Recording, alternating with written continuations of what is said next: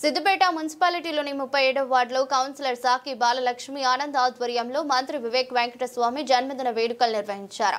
ఈ సందర్భంగా మున్సిపల్ కార్మికులకు చీరలను పంపిణీ చేసి అనంతరం మాట్లాడారు. వివేక్ వెంకటస్వామి ఇలాంటి పుట్టినరోజులు మరిన్ని జరుపుకోవాలని ఆకాంక్షించారు. మున్సిపాలిటీలో ఇందిరమ్మ ఇళ్లను మంజూరు చేయాలని మంత్రిని కోరగా సానుకూలంగా స్పందించారన్నారు. ఈ రోజు 37వ వార్డులో ఉమ్మడి మెదక్ జిల్లా వివేక్ వెంకటస్వామి గారి జన్మదిన సందర్భంగా కార్మిక శాఖ మంత్రిగా ఉండి నేను పొద్దున ఫోన్ చేయగానే తమ్ముడు నాకు విషయం చెప్పినావు సంతోషం, కానీ నువ్వు చేయాల్సిన పని ఒకటి ఉంది అన్నాడు. అన్నయ్య చెప్పండి అన్న, నువ్వు తక్షణమే ఆ మున్సిపల్ కార్మికులను పిలుచుకొని వాళ్ళకి ఎవరైతే కార్మికులు ఉన్నారో పొద్దున లేవగానే చెత్త ఊడ్చే వాళ్ళు, శానిటేషన్ చేసేవాళ్ళు, స్వచ్ఛ సర్వేక్షణ అని గొప్ప చెప్పుకునే నాయకులకు ఒక జవాబు ఇవ్వాలని చెప్పేసి మా మంత్రి గారు ఆదేశాలు ఇస్తే ఈరోజు మా కార్మికులకు, మా మున్సిపల్ కార్మికులకు చీరలు ఇవ్వడం జరుగుతుంది. ఇంకా ఎన్నో కార్యక్రమాలు కూడా చేయడం జరిగింది. మరి గతంలో కూడా మా వివేక్ మంత్రి గారు పిలవగానే వచ్చినటువంటి మా మంత్రికి ధన్యవాదాలు తెలియజేస్తూ, మరి అదేవిధంగా ఏవైతే ఇందిరమ్మ ఇళ్ళు ఉన్నాయో అన్న మీరు తప్పకుండా రావాలంటే ఇది దళిత వాడు కాబట్టి తప్పకుండా వస్తా అని మాట ఇచ్చి మడమ తిప్పకుండా వచ్చి మాకు ఇందిరమ్మ ఇళ్ళు ఇవ్వడం జరిగింది.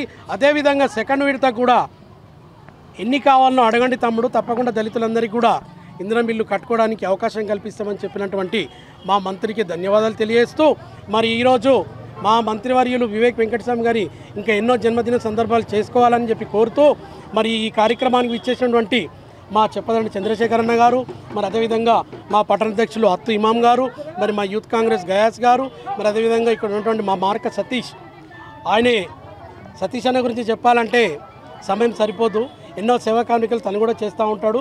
ఇప్పటికి చూస్తూ ఉన్నాం. ఇంకా కూడా మా సతీష్ గారు కూడా మంచి కార్యక్రమాలు చెప్పాలని చెప్పి కోరుతూ మా మార్క సతీష్ కూడా ధన్యవాదాలు తెలియజేస్తూ, ఇక్కడ ఇచ్చేసినటువంటి ముఖ్యంగా మా కార్మికులకు, మా మహిళలకు, మా అమ్మలకు, మా అక్కలకు, మా చెల్లెలకు, మరి యువకులకు అందరికీ, రియాజ్ కౌన్సిలర్కి, మరి అదేవిధంగా ఇక్కడ ఇచ్చేసిన ప్రతి ఒక్కరికి అందరికీ, అర్షద్, మరి ఇక్కడ వచ్చినటువంటి అందరికీ నా హృదయపూర్వక ధన్యవాదాలు చేస్తూ, ఎందుకంటే జన్మదిన సందర్భంగా వేరే మాటలు మాట్లాడకుండా ఓన్లీ వివేక్ వెంకటస్వామి గారి జన్మదిన సందర్భం మాట్లాడుతూ ఉన్నాను. ఇంకా మాట్లాడాలంటే చాలా ఉన్నాయి, ఎందుకంటే ఇంతకుముందు కూడా మాట్లాడడం జరిగింది. మా మీడియా మిత్రులు కూడా విన్నారు. ఎందుకంటే మొన్ననే దీక్షా దివస్ అని చెప్పేసి ఏదో ర్యాలీ తీయడం జరిగింది.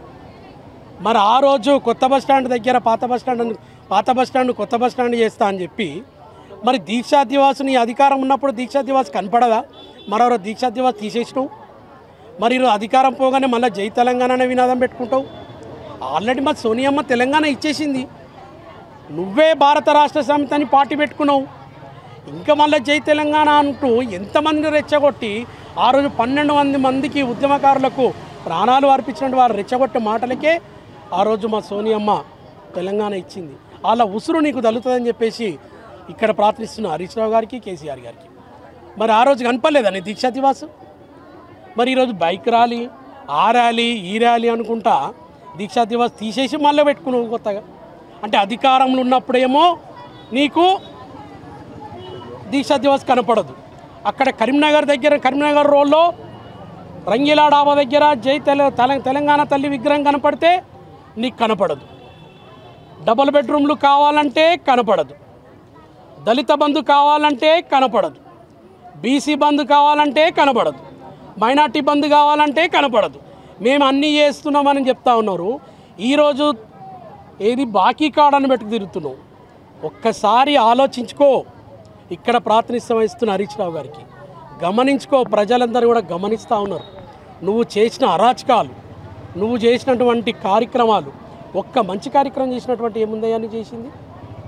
దళిత బంధాన్ని దళితులను మోసం చేస్తేవి, దళిత ముఖ్యమంత్రి అంటివి, దళితునికి 3 ఎకరాలు అంటివి. ఇన్ని రకాలుగా మోసం చేసినటువంటి వ్యక్తి ఎవరంటే ఇక్కడ ప్రాతినిధ్యం వహిస్తున్న హరీష్ రావు అని చెప్పేసి పదే చెప్పడం జరుగుతుంది. ఒక్క మంచి కార్యక్రమం చెప్పండి. 3 లక్షల రూపాయలు గృహలక్ష్మి లోన్ ఇస్తా అని చెప్పి ఒక గృహలక్ష్మి లోన్ ఇవ్వలే.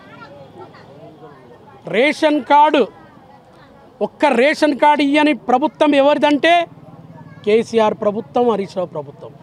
ఇలా ఎవరు అర్హులున్నా, ఎంతమంది అప్లై చేసుకున్నా వాళ్ళందరికీ కూడా రేషన్ కార్డులు వచ్చినాయి. ప్రజలే చెప్తున్నారు ఎక్కడికి పోయినా. అమ్మ నాకు రేషన్ కార్డు వచ్చింది, సంతోషం వ్యక్తం చేస్తారు.